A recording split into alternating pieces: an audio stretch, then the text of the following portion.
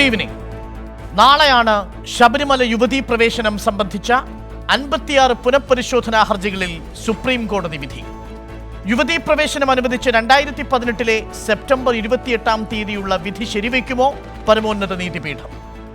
യുവതീ പ്രവേശനം ഉറപ്പിച്ചാൽ എതിർത്ത വിശ്വാസ സമൂഹത്തിന്റെ പ്രതിനിധികൾ വിധി അംഗീകരിച്ച് യുവതികളായ മാളികപ്പുറത്തമ്മമാരെ സ്വാഗതം ചെയ്യുമോ?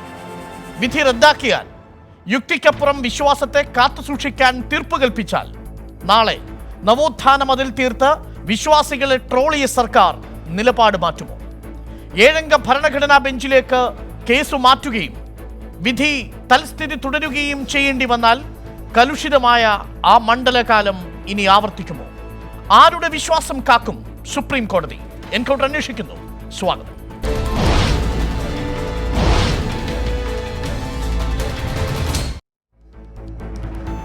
ആരുടെ വിശ്വാസം കാക്കും നാളെ സുപ്രീം കോടതി എന്നാണ് എൻകൗണ്ടർ അന്വേഷിക്കുന്നത്. അതിഥികളായി CPM നേതാവ് ഡോക്ടർ PK ബിജു, BJP നേതാവ് MT രമേശ്, കോൺഗ്രസ് നേതാവ് പഴകുളം മധു, അയ്യപ്പധർമ്മ സേന നേതാവ് രാഹുൽ ഈശ്വർ, സാമൂഹ്യ പ്രവർത്തകയായ ധന്യാരാമൻ എന്നിവർ നമുക്കൊപ്പം ചേരുന്നു. തത്സമയം ആദ്യം രാഹുൽ ഈശ്വറിലേക്ക്.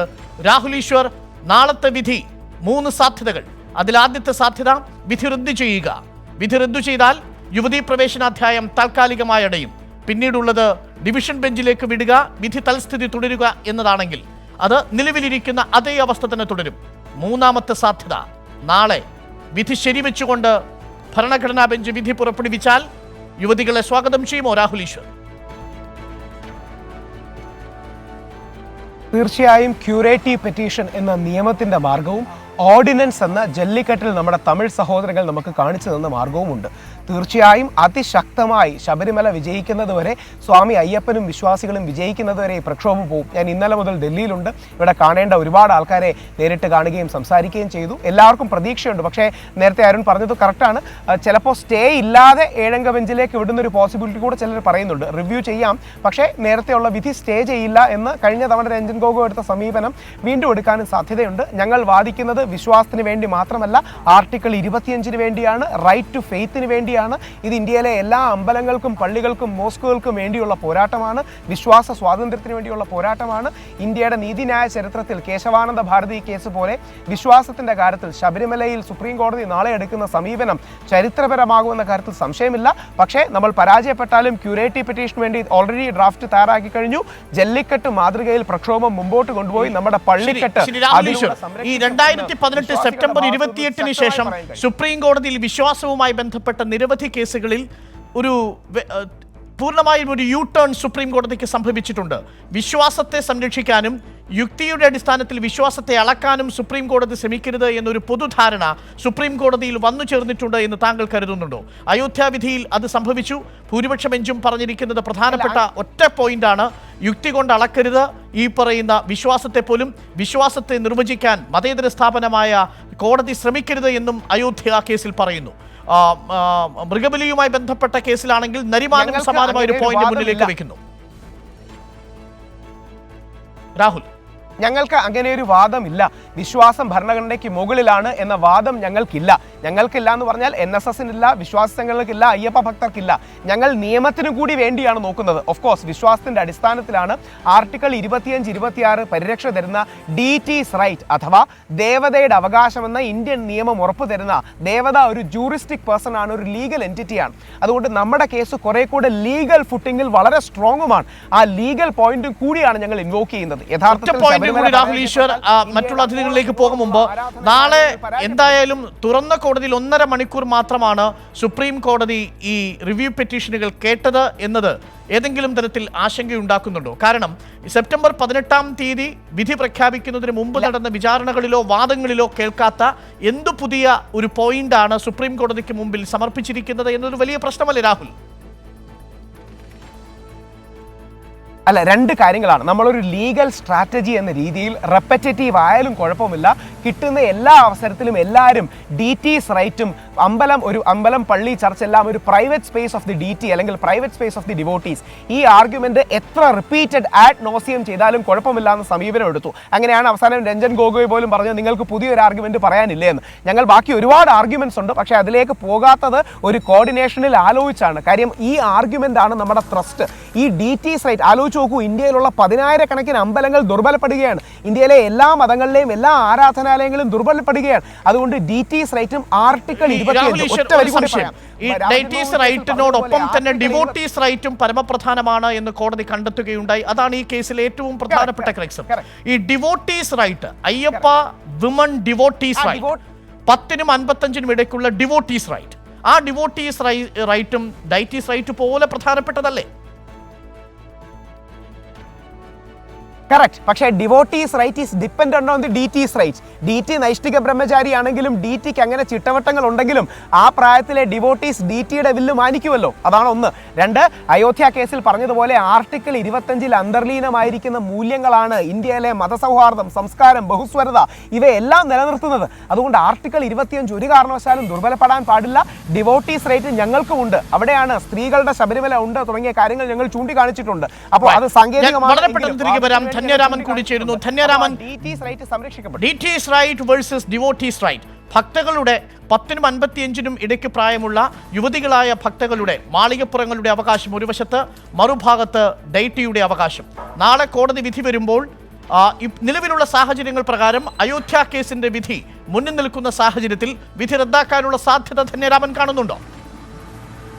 തീർച്ചയായിട്ടും അങ്ങനെ തന്നെയാണ് സംഭവിക്കാനാണ് സാധ്യത. ഇവിടെ ഇതിൽ ഈ വിധിയിൽ മുന്നേ ഉണ്ടായിരുന്ന വിധിയിൽ സുപ്രധാനമായ കാര്യം എന്ന് പറയുന്നത് ഇവിടുത്തെ ശബരിമലയിലെ യുവതീ പ്രവേശനം അല്ല, അയിത്തത്തിൻ്റെ പേരിൽ സ്ത്രീകളെ തടയുന്നത് ഭരണഘടനാ അവകാശങ്ങളുടെ ലംഘനമാണെന്നുള്ള രീതിയിലുള്ള അതിനു വേണ്ടിയിട്ടുള്ളൊരു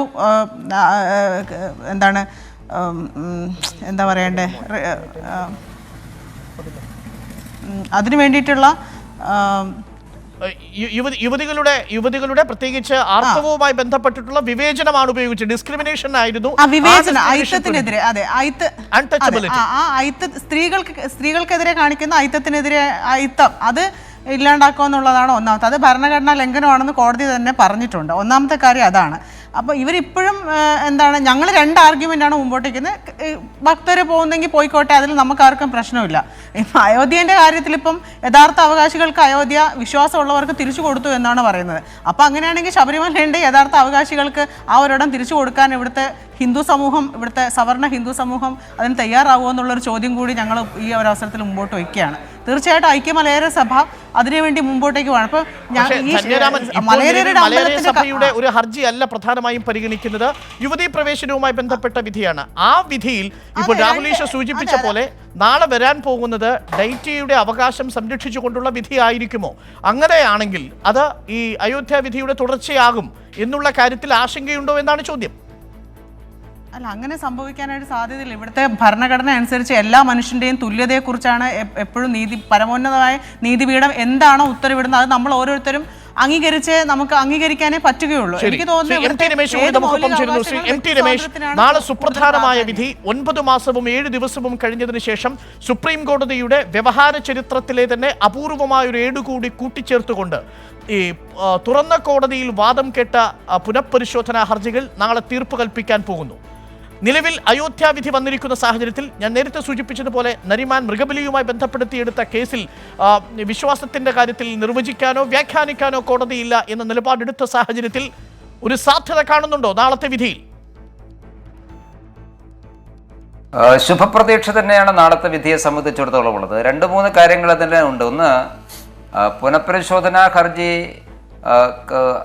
അത് വാദം കേട്ട സമയത്ത് കൂടുതൽ വാദമുഖങ്ങൾ കോടതിക്ക് മുമ്പാകെ അവതരിപ്പിക്കാൻ വേണ്ടി സാധിച്ചു എന്നുള്ളത് ഒരു പ്ലസ് പോയിൻ്റാണ്. കാരണം നേരത്തെ ഉയർന്നു വന്ന ചില സംശയങ്ങൾക്ക് ദൂരീകരണം ഉണ്ടാക്കാൻ കോടതി കഴിഞ്ഞ വിചാരണ വേളയിലും വിധി പ്രസ്താവനത്തിലും ചൂണ്ടിക്കാണിച്ച ചില കാര്യങ്ങളിലെ വിശ്വാസ സംബന്ധമായിട്ടുള്ള കാര്യങ്ങൾ കൂടി കൂട്ടിച്ചേർക്കാൻ ഈ കഴിഞ്ഞ പുനഃപരിശോധനാ ഹർജിയിലെ വാദമുഖങ്ങൾ ചെയ്യുന്ന സമയത്ത് അഭിഭാഷകന്മാർക്ക്, ബന്ധപ്പെട്ട കക്ഷികളുടെ അഭിഭാഷകന്മാർക്ക് സാധിച്ചു എന്നുള്ളത് ഒരു പ്ലസ് പോയിൻ്റാണ്.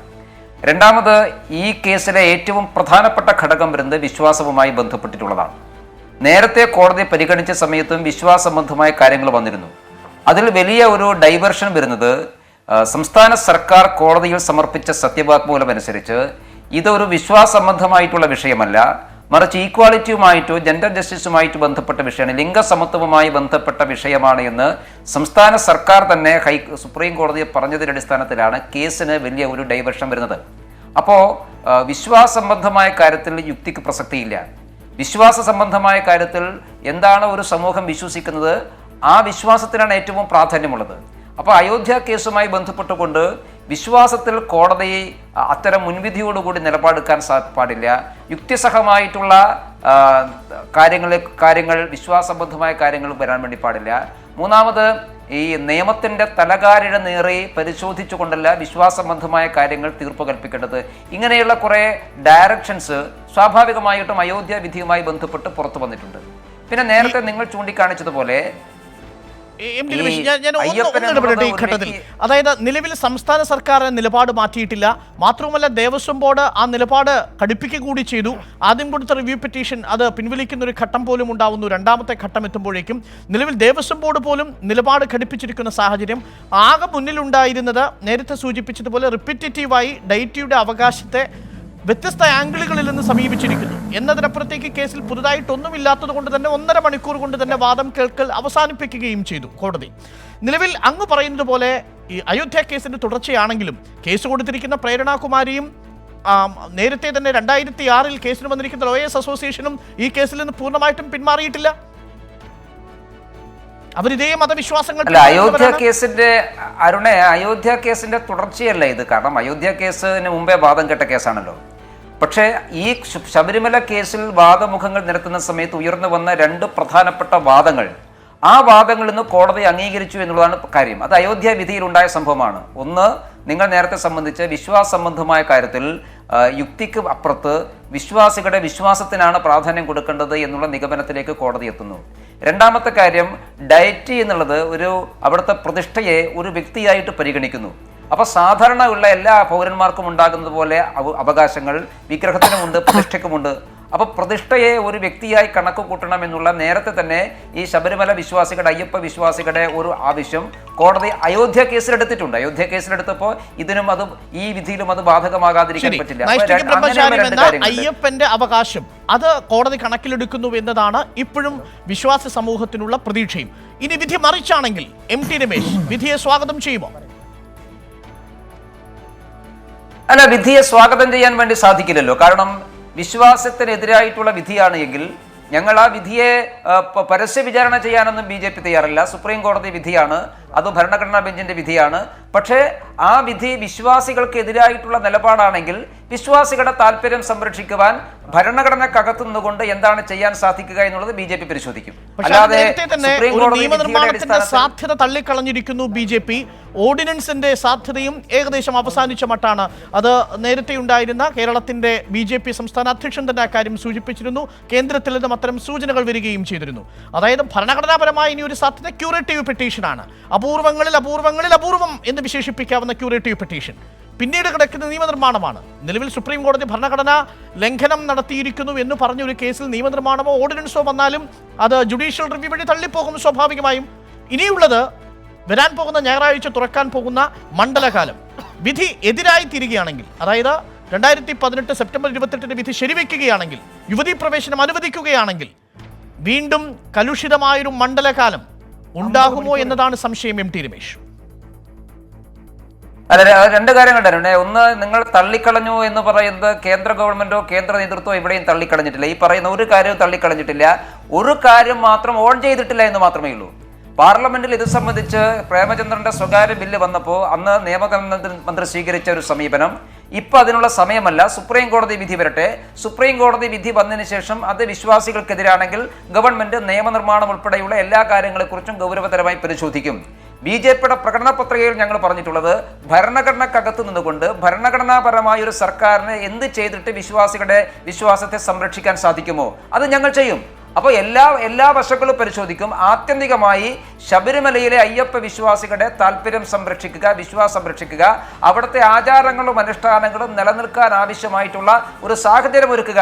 അതിന് ഭരണഘടനക്കകത്തു നിന്നുകൊണ്ട് എന്ത് ചെയ്യാൻ സാധിക്കുമോ അതിന്റെ ഏതറ്റം വരെയും പോകാൻ കേന്ദ്ര ഗവൺമെന്റ് പ്രതിജ്ഞാബദ്ധമാണെന്ന് ഭരണഘടനയ്ക്കുള്ളിൽ നിന്നുകൊണ്ട് എന്ന വാക്ക് അണ്ടർലൈൻ ചെയ്യുന്നുണ്ട് MT രമേശ്. ഞാൻ വളരെ പെട്ടെന്ന് മറ്റു 2 രാഷ്ട്രീയ പാർട്ടികളുടെയും പ്രതിനിധികളിലേക്ക് വരാം. രാഹുൽ ഈശ്വർ അല്പസമയത്തിനകം മടങ്ങുന്നു എന്നുള്ളതുകൊണ്ട് എനിക്കൊരു ചോദ്യം കൂടി രാഹുൽ ഈശ്വറിനോടുണ്ട്. രാഹുൽ ഈശ്വർ, നാളെ വിധി റദ്ദു ചെയ്യുകയാണെങ്കിൽ ഞായറാഴ്ച 1-ാം തീയതി മണ്ഡലകാലം ആരംഭിക്കുന്ന സമയത്ത് എന്തായിരിക്കും രാഹുൽ ഈശ്വറിന്റെ പ്ലാൻ?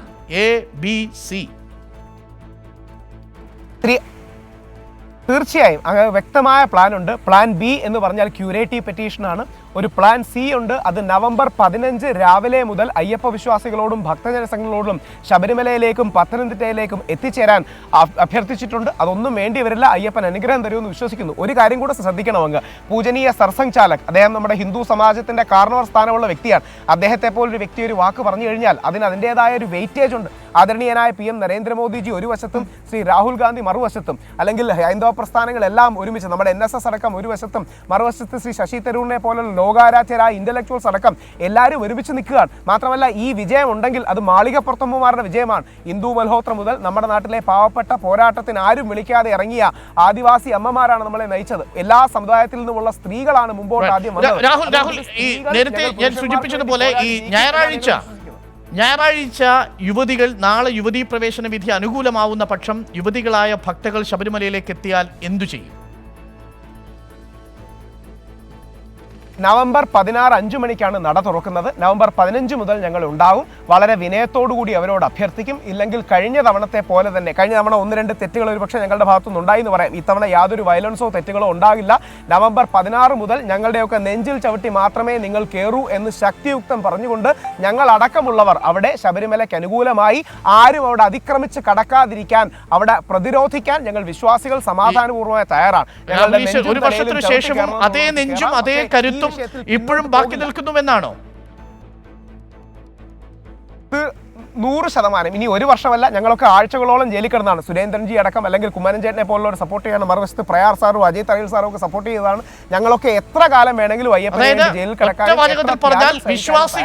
വിശ്വാസികളുടെ വിശ്വാസം കാത്തു സൂക്ഷിക്കാൻ സുപ്രീം കോടതി വിധി എതിരായി വന്നാൽ പോലും യുവതീ പ്രവേശന വിധിയെ അനുകൂലിക്കാതെ യുവതികളായിട്ടുള്ളവർ ശബരിമലയിൽ ദർശനം വന്നാൽ എത്തിയാൽ അവരെ വിനീതമായി സംയമനത്തോടെ തടയും എന്നാണ്.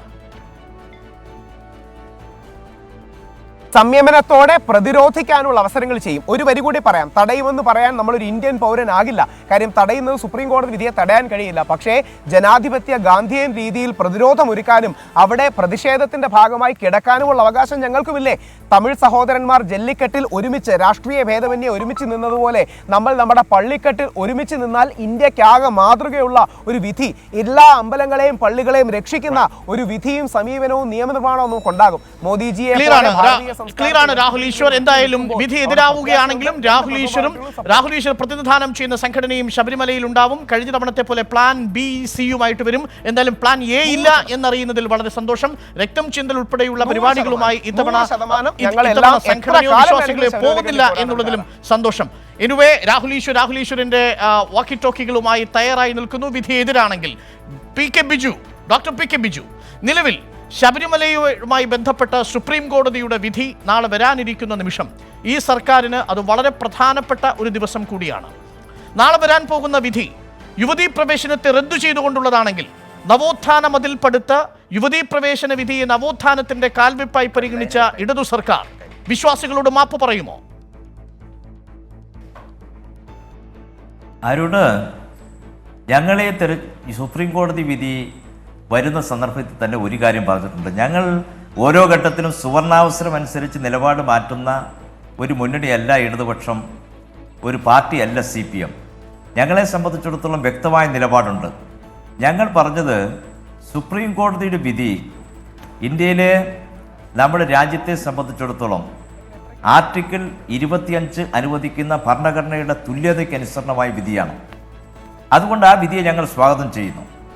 ഇനി സുപ്രീം കോടതി റിവ്യൂ പെറ്റീഷൻ്റെ ഭാഗമായി മറ്റൊരു വിധി പുറപ്പെടുവിച്ചാൽ ഇന്ത്യയിലെ ഒരു സംസ്ഥാന ഭരണ സംവിധാനം എന്ന നിലയിൽ ആ വിധി നടപ്പിലാക്കുന്നതായിരിക്കും ഞങ്ങൾ ഏറ്റെടുക്കുക. അതുകൊണ്ട് ഞങ്ങൾ വ്യക്തമായി ഞങ്ങളുടെ നിലപാട് ആദ്യഘട്ടത്തിൽ തന്നെ പറഞ്ഞിരുന്നു. ഒരു കാര്യം ഞാൻ പറയാം, ഈ വിധിയെ സംബന്ധിച്ചിടത്തോളം ശ്രീ MD രമേശ് പറഞ്ഞതുപോലെ അയോധ്യ വിധിയുടെ തുടർച്ചയൊന്നുമല്ല. അയോധ്യ വിധി ഏതാണ്ട് 1.5 നൂറ്റാണ്ട് കാലം നടത്തിയിട്ടുള്ള നിയമയുദ്ധങ്ങളുടെ അവസാനം ഉണ്ടായിട്ടുള്ള വിധിയാണ്. ഇതിനെ സംബന്ധിച്ച് 5 അംഗ ജഡ്ജ്മെൻ്റാണ് നേരത്തെ ഉണ്ടായത്.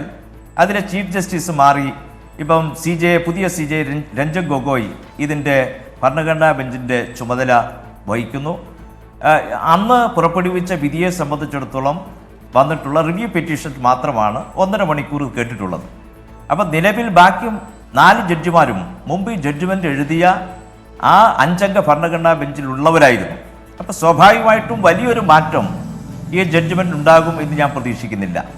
മറ്റൊന്ന്, കേരളത്തിലെ ഇപ്പം ശ്രീ രാഹുൽ ഈശ്വറിനെ പോലുള്ള ആളുകൾ പറഞ്ഞത് അന്ന് റിവ്യൂ പെറ്റീഷന് പോകണം, സുപ്രീം കോടതി വിധി എന്തായാലും ഞങ്ങൾ അനുസരിക്കുമെന്നാണ്. ഇന്നിപ്പോൾ പറയുന്നത് റിവ്യൂ പെറ്റീഷൻ എന്ത് വന്നാലും ഞങ്ങൾ പഴയ സമരമുറ തുടരും, plan A, plan B, plan C എന്ന് പറഞ്ഞാൽ രക്തവും മൂത്രവും ഒഴിച്ച് ഇത് അലങ്കോലപ്പെടുത്തുമെന്ന് പറഞ്ഞവർ അത് തുടരാനാണ് ആഗ്രഹിക്കുന്നത്.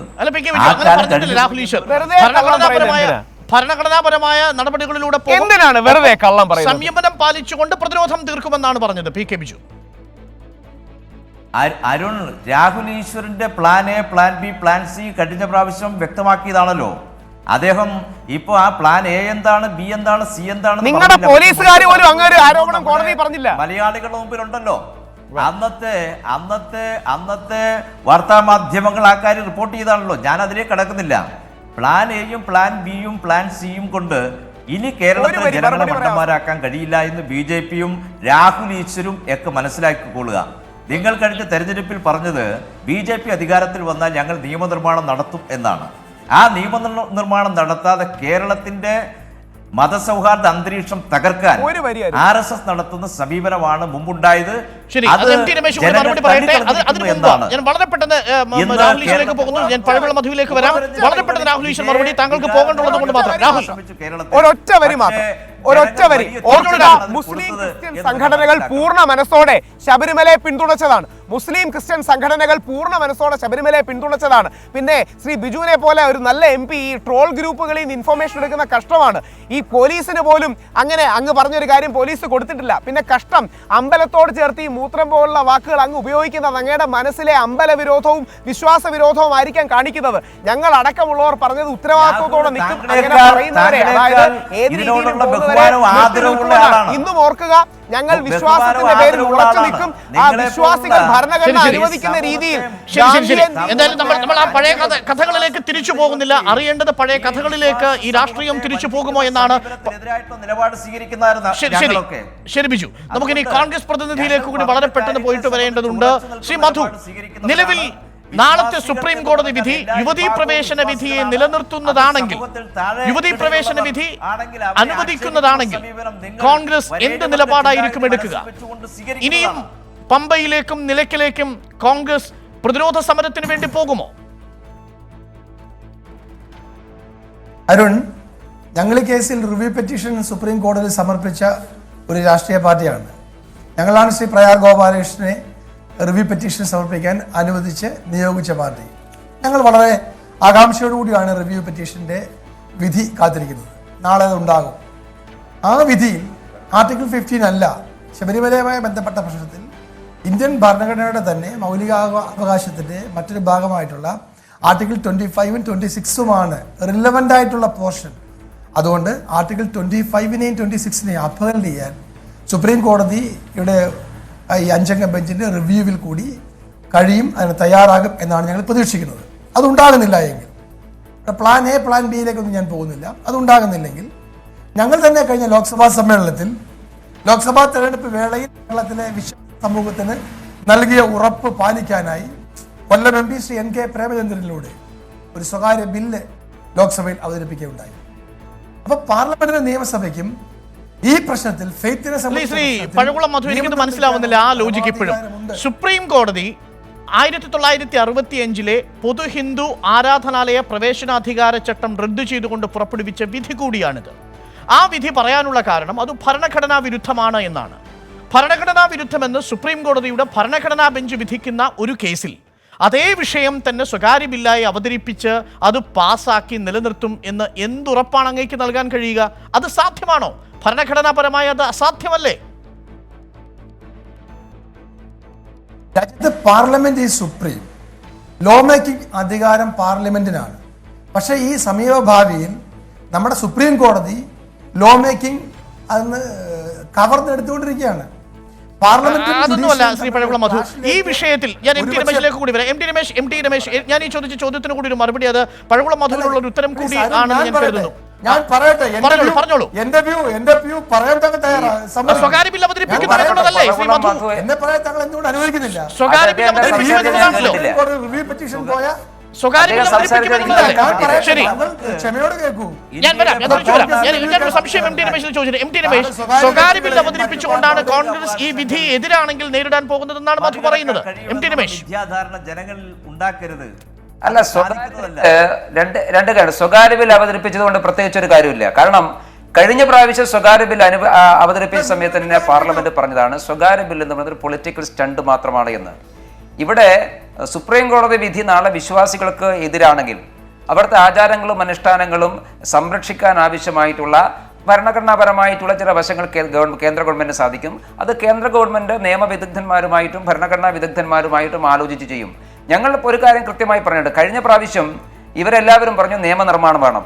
ഞങ്ങളത് പറഞ്ഞത് സുപ്രീം കോടതി ഒരു കേസിൽ വിധി പറയാനിരിക്കെ ആ വിഷയത്തിൽ പാർലമെന്റിന് ഒരു നിയമനിർമ്മാണം നടത്താൻ വേണ്ടി സാധിക്കില്ല. അപ്പോൾ ഇവർ പറഞ്ഞു SC/ST വിഷയത്തിൽ നിയമനിർമ്മാണം നടത്തിയിട്ടുണ്ടല്ലോ. SC/ST വിഷയത്തിൽ നിയമനിർമ്മാണം നടത്തിയത് സുപ്രീം കോടതി വിധി വന്നതിന് ശേഷമാണ്. സുപ്രീം കോടതി വിധി വന്നതിന് ശേഷം ആ കാര്യത്തിൽ ഗവൺമെന്റ് നിയമം ഉണ്ടാക്കിയിട്ടുണ്ട്. അത് ശബരിമലയ്ക്കും ബാധകമാണ്. ശബരിമലയിലും സുപ്രീം കോടതിയുടെ ഭരണഘടനാ ബെഞ്ച് വിധിച്ചു കഴിഞ്ഞാൽ പോലും നിയമപരമായിട്ടുള്ള മാർഗങ്ങൾ അവശേഷിക്കുന്നുണ്ട്. പാർലമെന്റിന് ഈ കാര്യത്തിൽ ചില വ്യക്തത വരുത്താൻ സാധിക്കും. പാർലമെന്റിൽ ഈ കാര്യം ചർച്ച ചെയ്യാൻ വേണ്ടി സാധിക്കും. അത് ഏത് തരത്തിലാവണം എന്നതിനെ കുറിച്ച്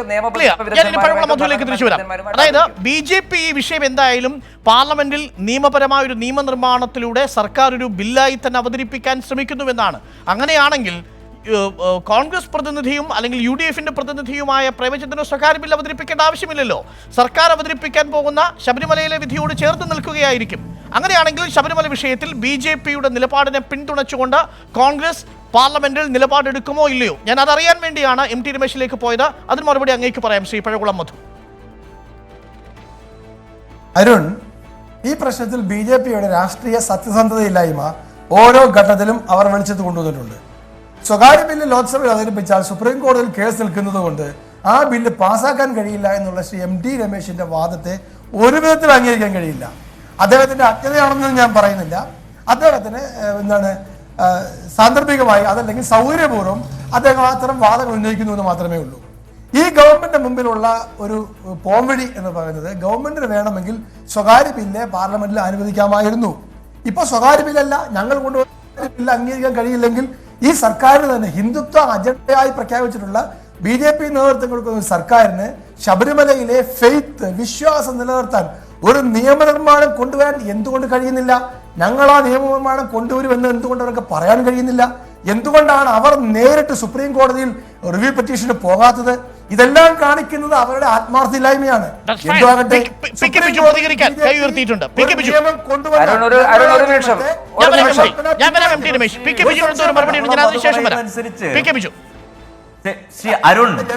അരുൺ, പാർലമെന്റിലെ സ്വകാര്യ ബിൽ അവതരിപ്പിച്ചാലും പാസ്സാക്കിയാലും അത് രാജ്യത്തെ നിയമമാവില്ല. രാജ്യത്തെ നിയമമാവണമെങ്കിൽ പാർലമെന്റിൽ ഗവൺമെന്റ് തന്നെ ബില്ല് അവതരിപ്പിക്കണം. ആ ബില്ല് അവതരിപ്പിച്ച് ഗവൺമെന്റ് പാസ്സാക്കിയെങ്കിലേ രാജ്യം അംഗീകരിക്കുന്ന നിയമമാകും. സ്വകാര്യ ബില്ല് ധാരാളം പാസ്സായിട്ടുണ്ട്, പക്ഷേ അത് ഗവൺമെന്റ് ബില്ലാക്കി മാറ്റി ഗവൺമെന്റ് അവതരിപ്പിച്ചെങ്കിൽ മാത്രമേ അത് രാജ്യം അംഗീകരിക്കുന്ന നിയമമായി മാറൂ. ഇത് UDF കാണിച്ച ഒരു സ്റ്റണ്ടാണ് എന്നുള്ളത് എല്ലാവർക്കും അറിയാം. പക്ഷേ ശ്രീ MT രമേശ് ഇവിടെ ചൂണ്ടിക്കാണിച്ചത് ഞങ്ങളിതിൽ പ്രതിജ്ഞാബദ്ധമാണെന്നാണ്. പക്ഷേ നിങ്ങളുടെ മന്ത്രി MT രമേശ് പറഞ്ഞതുപോലെ അല്ല പാർലമെന്റിൽ പറഞ്ഞത്.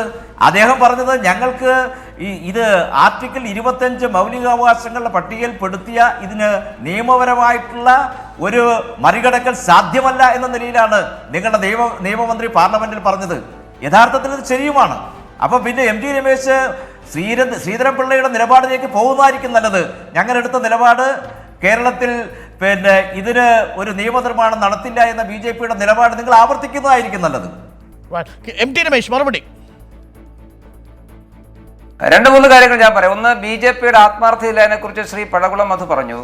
BJP മാത്രമേ ശബരിമല വിഷയത്തിൽ ഒരു നിലപാടെടുത്ത പാർട്ടിയുള്ളൂ. കോൺഗ്രസിന്റെ നിലപാട് എന്താണ്? കോൺഗ്രസിലെ പാർലമെന്റിൽ പോലും രാഹുൽ ഗാന്ധി അടക്കമുള്ള കോൺഗ്രസിന്റെ നേതാക്കന്മാര് കമ എന്നൊരക്ഷരം ഈ വിഷയത്തെ സംബന്ധിച്ച് മിണ്ടിയിട്ടില്ലല്ലോ. കോൺഗ്രസിന്റെ പ്രകടന പത്രികകൾ നിങ്ങൾ ശബരിമലയെക്കുറിച്ച് എന്തെങ്കിലും പറഞ്ഞോ? ഞങ്ങളാണ് പ്രകടന പത്രികകൾ ശബരിമലയെക്കുറിച്ച് പറഞ്ഞത്, ഞങ്ങളാണ് നിലപാട് സ്വീകരിച്ചിട്ടുള്ളത്. പാർലമെന്റിൽ സ്വകാര്യ ബില്ല് വന്ന സമയത്ത് തന്നെ ഞങ്ങൾ പറഞ്ഞു, സ്വകാര്യ ബില്ല് നേരത്തെ ബിജു പറഞ്ഞത് ശരിയാണ്, സ്വകാര്യ ബില്ല് കൊണ്ട് ഒരു കാര്യമില്ല, അതൊരു പൊളിറ്റിക്കൽ സ്റ്റണ്ട് മാത്രമാണ്. സുപ്രീം കോടതി പഴകുളം അത് പറഞ്ഞു, സുപ്രീം കോടതിയിൽ കേസ് നടക്കുന്ന കാര്യത്തിൽ നിയമനിർമ്മാണം നടത്തുക. ഇത് കേസ് നടക്കലല്ല ശ്രീ മധു. സുപ്രീം കോടതി വിചാരണ പൂർത്തിയാക്കി വിധി പറയാൻ മാറ്റിവെക്കുന്ന ഒരു കേസിൽ നമ്മുടെ രാജ്യത്തിന്റെ ചരിത്രത്തിൽ എവിടെയെങ്കിലും പാർലമെന്റ് നിയമം പാസ്സാക്കിയ ചരിത്രമുണ്ടോ? നിങ്ങളെ ഏത് അജ്ഞതയെക്കുറിച്ച് എന്നെ പഠിപ്പിക്കുന്നത്? നിങ്ങൾ സ്വയം ആലോചിക്ക്. എവിടെയാണ് സുപ്രീം കോടതി ഒരു കേസിൽ വിചാരണ പൂർത്തിയാക്കി വിധി പറയാൻ വേണ്ടി മാറ്റിവെക്കുന്ന ഒരു വിഷയത്തിൽ പാർലമെന്റ് നിയമം പാസ്സാക്കിയിട്ടുള്ള ഒരു കേസ് പറ?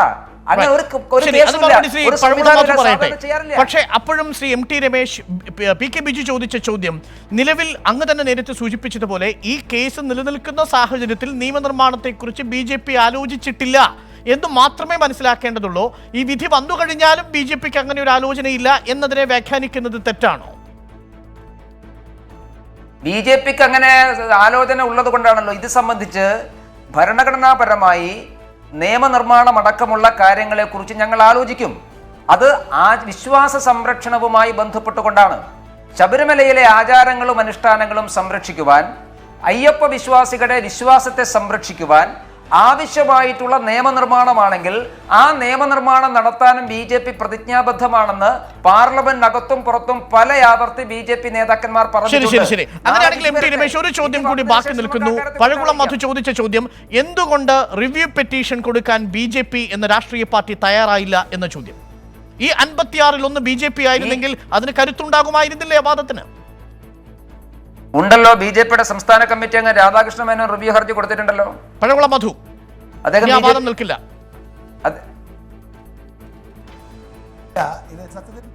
അരുൺ, 2-3 കാര്യം ഞാൻ വളരെ വേഗം പറഞ്ഞു തീർക്കാം. ഇവിടെ എന്താണ് പറഞ്ഞത്? പ്രകടന പത്രികയിൽ BJP പറഞ്ഞിട്ടുണ്ടെന്നാണ്. പ്രകടന പത്രികയിൽ BJP ശബരിമലയിലെ വിശ്വാസം രക്ഷിക്കാൻ നിലപാടെടുത്തിട്ടുണ്ടെങ്കിൽ എന്തുകൊണ്ട് ആ പാർട്ടിക്ക് 1ാം ലോക്സഭാ സമ്മേളനത്തിൽ തന്നെ അത്തരമൊരു നിയമം കൊണ്ടുവരാൻ കഴിഞ്ഞില്ല? ഇവിടെ എം ടി രമേശിന് എനിക്കും അറിയാവുന്നൊരു കാര്യമാണ്. ഇവിടെ സുപ്രീം കോടതിയും പാർലമെന്റും തമ്മിൽ എത്രയോ കേസുകൾ ക്ലാഷുകൾ ഉണ്ടായിട്ടുണ്ട്. ആരാണ് സുപ്രീം എന്നതിനെ സംബന്ധിച്ച് നിയമം നിർമ്മിക്കാൻ സുപ്രീം കോടതിക്ക് എല്ലാ അധികാരവുമുണ്ട്. എത്ര സുപ്രീം കോടതി വിധികളെ മറികടക്കാൻ രാജ്യത്ത് നിയമം കൊണ്ടുവന്നിട്ടുണ്ട്. പക്ഷേ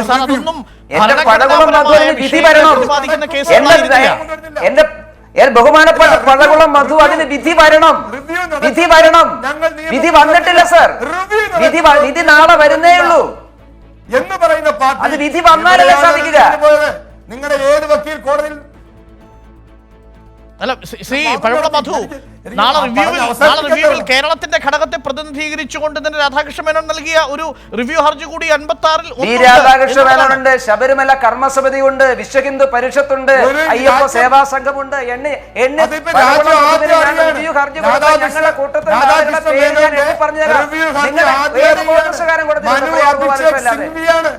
സുപ്രീം കോടതിയിൽ ഈ കേസ് ഉയർത്തിപ്പിടിക്കുന്നത്.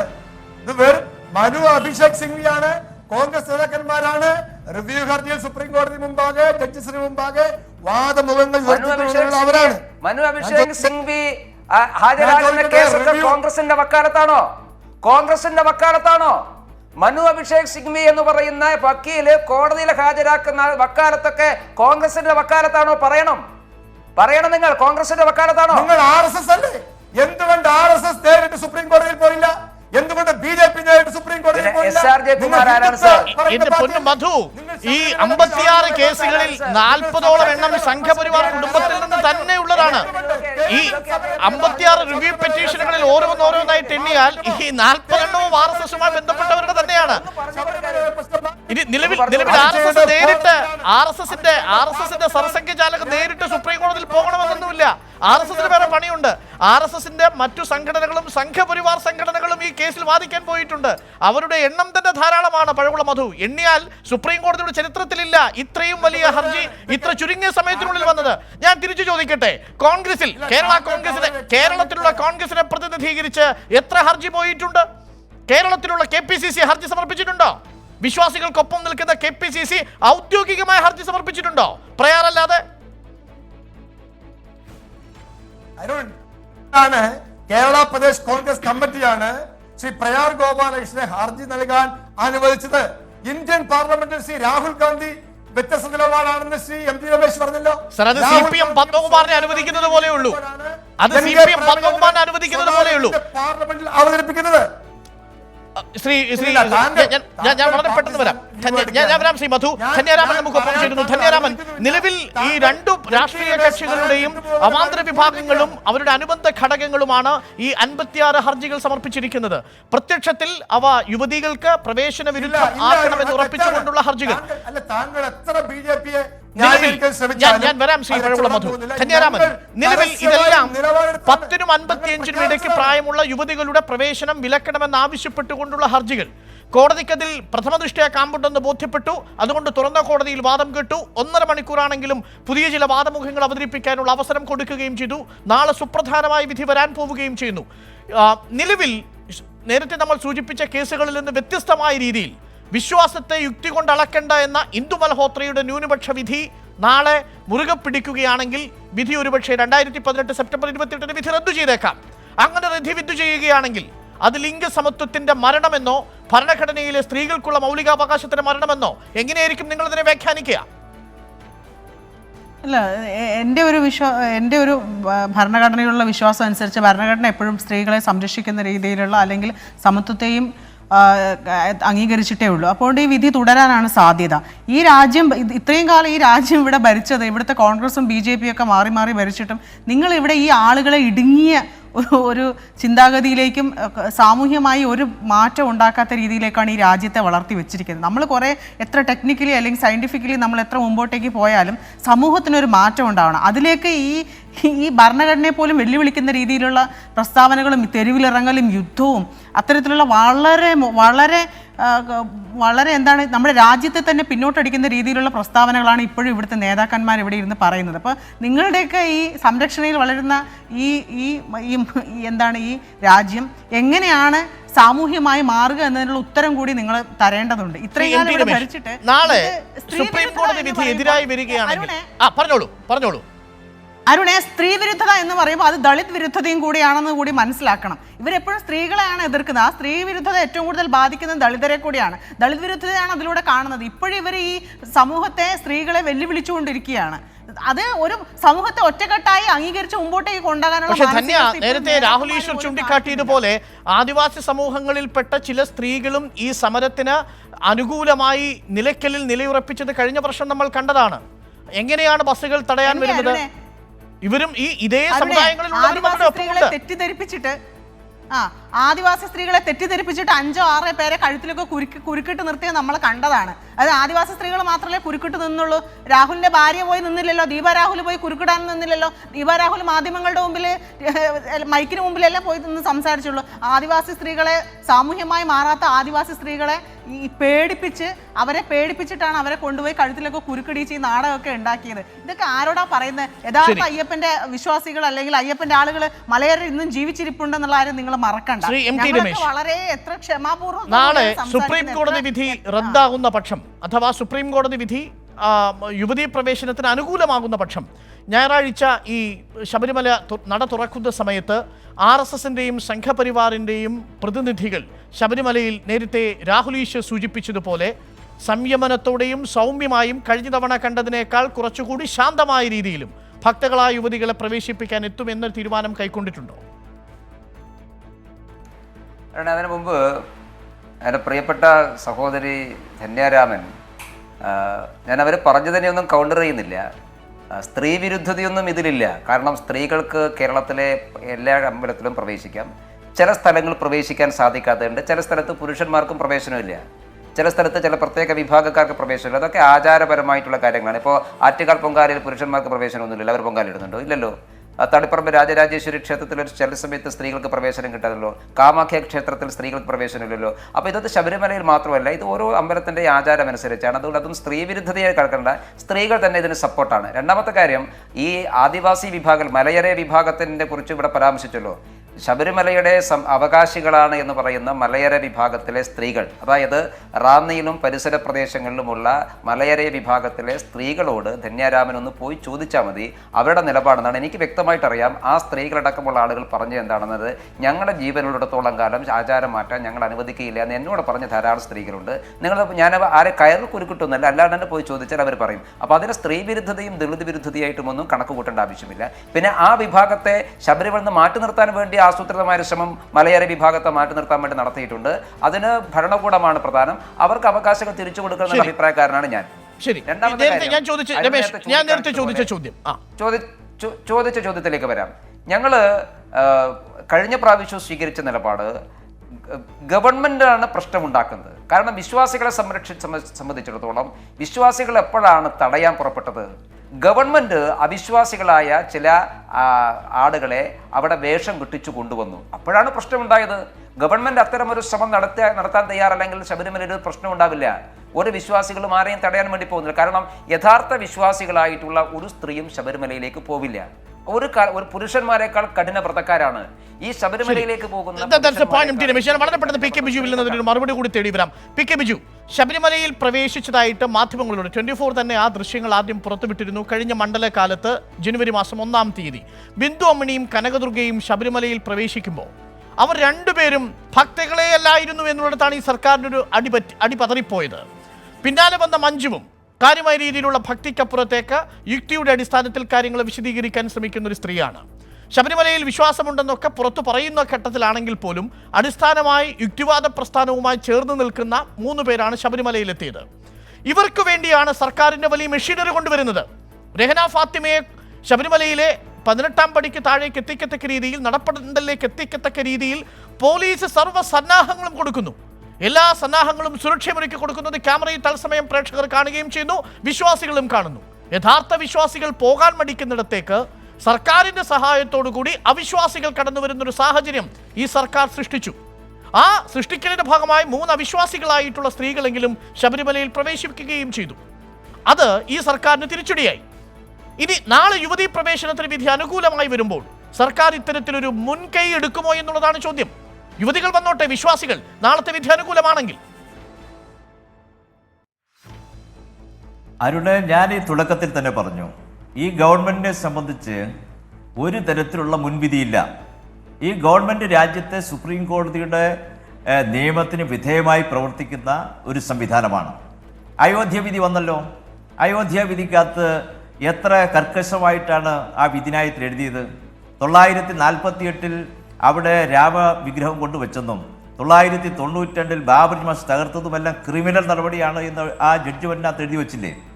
അപ്പോൾ സ്വാഭാവികമായിട്ടും അത്തരം കാര്യങ്ങൾ നടക്കാതിരിക്കാനുള്ള സംരക്ഷണമാണ് നമ്മുടെ രാജ്യത്തെ സുപ്രീം കോടതി വിധി മാനിക്കുക എന്ന ഗവൺമെന്റ് ഉത്തരവാദിത്തം.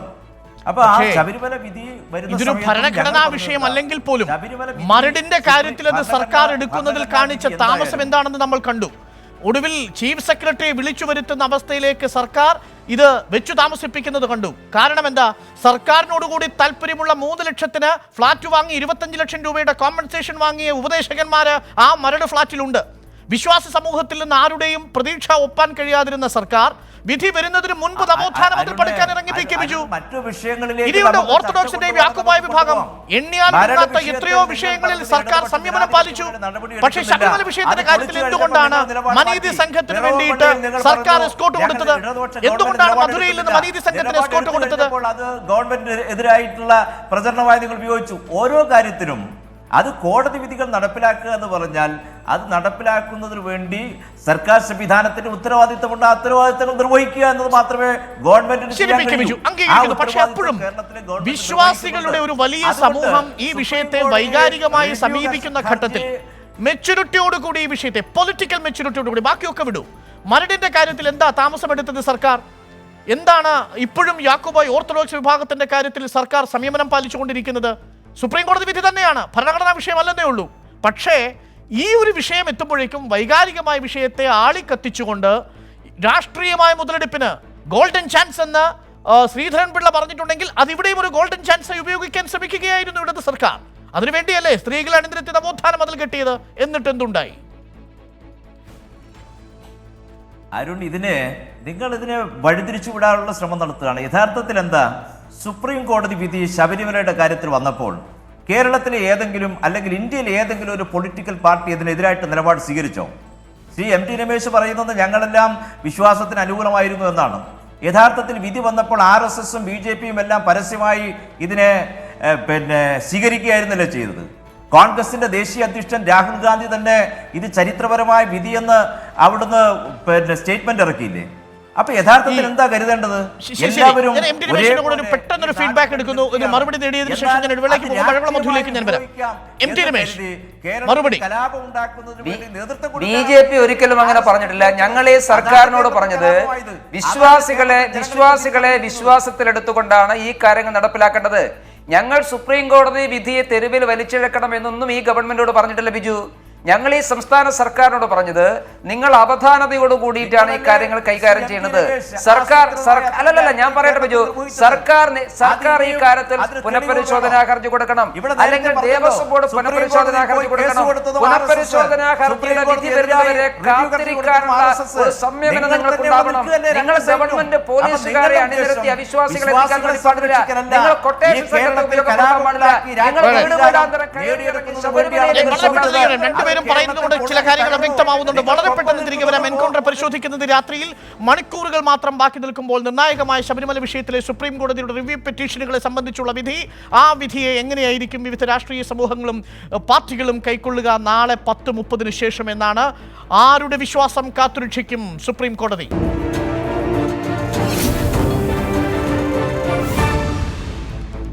Welcome back. ശബരിമല യുവതീ പ്രവേശന വിഷയത്തിൽ ആരുടെ വിശ്വാസം കാക്കും സുപ്രീം കോടതി എന്നാണ് ഈ ഘട്ടത്തിൽ നമ്മൾ പരിശോധിക്കുന്നത്. ശ്രീ പഴകുളം മധു, നാളെ മൂന്നാമത്തെ ഒരു സാധ്യത കൂടി നമ്മൾ ഈ ഘട്ടത്തിൽ ചർച്ച ചെയ്യണം. ഒരു ഹയർ ഡിവിഷൻ ബെഞ്ചിലേക്ക്, 7-അംഗ ഭരണഘടനാ ബെഞ്ചിലേക്ക് ഈ വിധി നാളെ മാറുന്നുവെന്നിരിക്കട്ടെ. ഈ കേസ് മാറ്റാൻ സുപ്രീം കോടതി തീരുമാനിക്കുന്നു. അതുവരെ ഈ വിധി തൽസ്ഥിതി തുടരണമെന്നാണ് റിവ്യൂ പെറ്റീഷന്റെ വേളയിൽ പറഞ്ഞതുപോലെ സുപ്രീം കോടതി പറയുന്നതെങ്കിൽ കോൺഗ്രസിന്റെ നിലപാട് എന്തായിരിക്കും?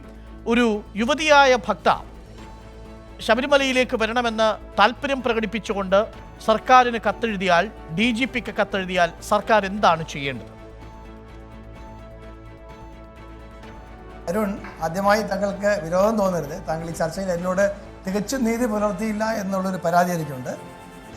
അത് പറഞ്ഞ് ഞാൻ അവസാനിപ്പിക്കുകയാണ്.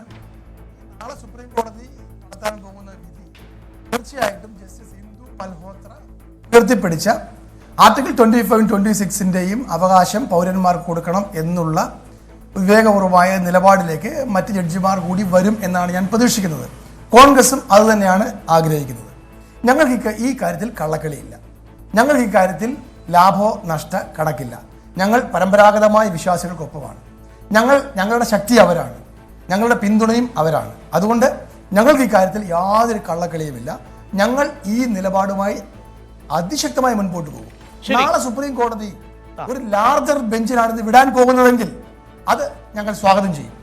അതല്ല, ഇപ്പോൾ തൽസ്ഥിതി തുടർന്നുകൊണ്ട് ലാർജർ ബെഞ്ചിനാണ് വിടുന്നതെങ്കിൽ പോലും താങ്കളോട് ഞാൻ പറയുന്നു, വിശ്വാസിയായ ഒരാളും, ഒരു സ്ത്രീയും, ഒരു യുവതിയും ശബരിമലയിലേക്ക് വരുന്നില്ല. സർക്കാർ, ഇടതുപക്ഷ മുന്നണി സർക്കാർ ഇതൊരു രാഷ്ട്രീയ ആയുധമായി ഉപയോഗിച്ചുകൊണ്ട് ഇതിനെ ഒരു ചോരക്കളിയാക്കി മാറ്റാൻ അവർ ഇനിയും പരിശ്രമിച്ചില്ലെങ്കിൽ, മുഖ്യമന്ത്രിയുടെ വാക്ക് കടമെടുത്താൽ, ചില തിരുത്തേണ്ട ആചാരങ്ങളുമുണ്ട്, അത് തിരുത്തുക തന്നെ ചെയ്യും എന്ന നിലപാട് മുഖ്യമന്ത്രി ഇനിയും ആവർത്തിച്ച് പോലീസ് വേഷം കെട്ടിച്ച് ആരെയെങ്കിലും ശബരിമലയിലേക്ക് കൊണ്ടുവന്നില്ല എങ്കിൽ അവിടെ ഒരു പ്രശ്നം ഉണ്ടാകാൻ പോകുന്നില്ല, അവിടെ കാര്യം വരാൻ പോകുന്നില്ല. BJPയും RSSും ഇതിനെ ഒരു രാഷ്ട്രീയ അവസരമായി ഉപയോഗപ്പെടുത്തി അവിടെ സംഘർഷത്തിന്റെ ഭൂമിയാക്കി ഭക്തകളായ വിശ്വാസികൾ അല്ലെങ്കിൽ യുവതികൾ ശബരിമലയിൽ എത്തില്ല എന്ന് ഉറപ്പിച്ചു പറയണമെങ്കിൽ അതിന് ചില പ്രത്യേക തിരിച്ചറിവുകൾ ഉണ്ടാവണം. നമുക്കങ്ങനെ അത് സാധ്യമല്ല. കാരണം കോൺഗ്രസിന് അങ്ങനെ വിശ്വാസികളുടെ മൊത്തം മനസ്സ് വായിക്കാൻ കഴിയുകയുമില്ല.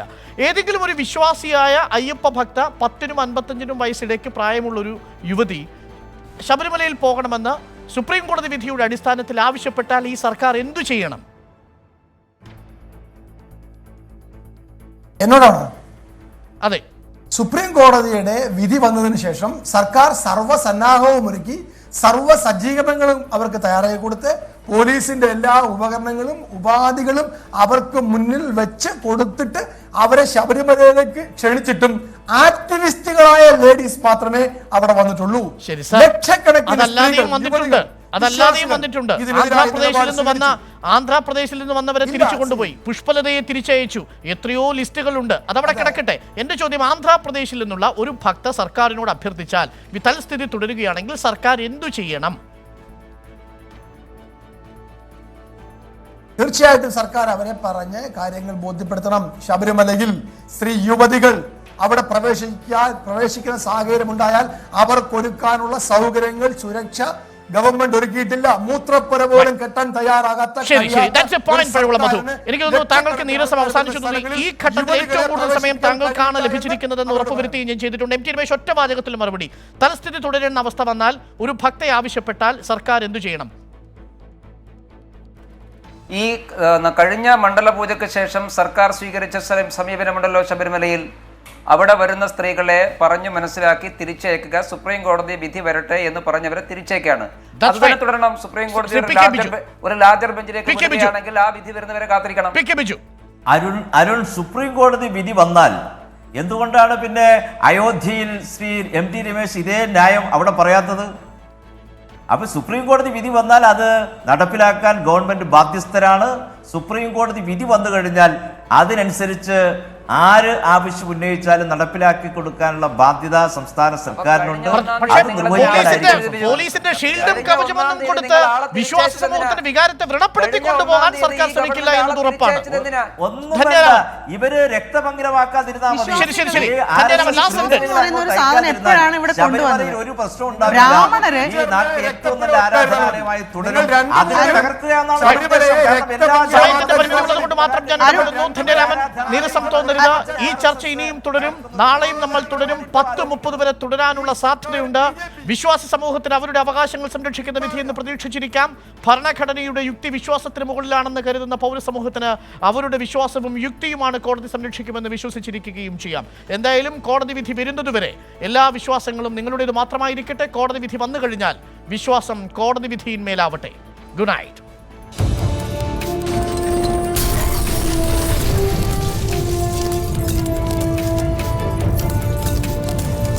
Watching 24 from News Headquarters, Kochi.